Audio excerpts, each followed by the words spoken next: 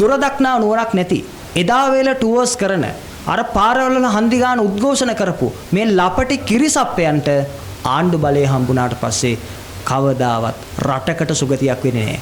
ලංකාවේ අද මිනිස්සු තෙල් පෝලිං වල අවුවට වේලෙනවා නම් වැස්සට තෙමෙනවා නම් ඒ සඳහා සම්පූර්ණයෙන්ම වගකිය යුත්තේ වත්මන් ආණ්ඩුව, වත්මන් ජනපතිවරයා.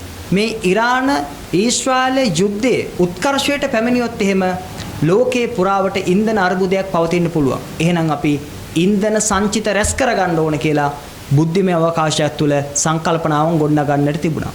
නමුත් දුරදක්නා නුවණක් නැති එදා වේල ටුවර්ස් කරන අර පාරවල හන්දි ගන්න උද්ඝෝෂණ කරපු මේ ලපටි කිරිසප්පයන්ට ආණ්ඩු බලය හම්බුණාට පස්සේ කවදාවත් රටකට සුගතියක් වෙන්නේ නැහැ. ඔවුන් කල්පනා කළේ නැහැ මේ වගේ අර්බුදයක් ඇති වෙන්න පුළුවන්. ඒ නිසා අපි තෙල් ටැංකි ටික ප්‍රතිසංස්කරණය කළා මාස 3කටවත් හරියන්න තෙල් ටිකක් ගබඩා කරගන්න ඕනේ කියලා උන් කල්පනා කරේ නෑ.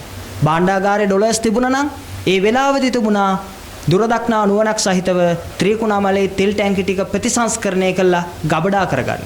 එහෙම දෙයක් කරේ නෑ. හැබැයි බලයට එන්න කලින් කොහොමද කිව්වේ? අපි මේ ත්‍රිකුණාමලේ තියෙන තෙල් ටැංකි සංකීර්ණේ ඉන්දියාවට පවරා දෙනවට විරුද්ධයි. අපි බලයටපත් වුණාට පස්සේ ඒ තෙල් ටැංකි ප්‍රතිසංස්කරණය කළා ත්‍රිකුණාමල වරාය ආසන්නෙන් ගමන් කරන නැව් වලට නැව් තෙල් විදිහට විකුණනවා කිව්වා.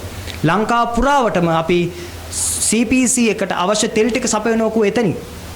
ඒ වගේම තමයි අර්බුදයක් ඇති වුණු අවස්ථාවක කොවිඩ් අර්බුදේ තියෙන දවස්වල ජනාධිපතිවරයා මේ වත්මන් ජනාධිපතිතුමා මේව සඳහන් කරේ අර්බුදයක් ඇති වුණොත් එimhe තෙල් සංචිත ටිකක් අපිට තියෙන්න ඕන කිව්වා. කටින් නරිවාදම් ගහපු ආණ්ඩුව දැන් මේ මිනිස්සුන්ගේ දුකට වේදනාවට වග කියන්න ඕනේ.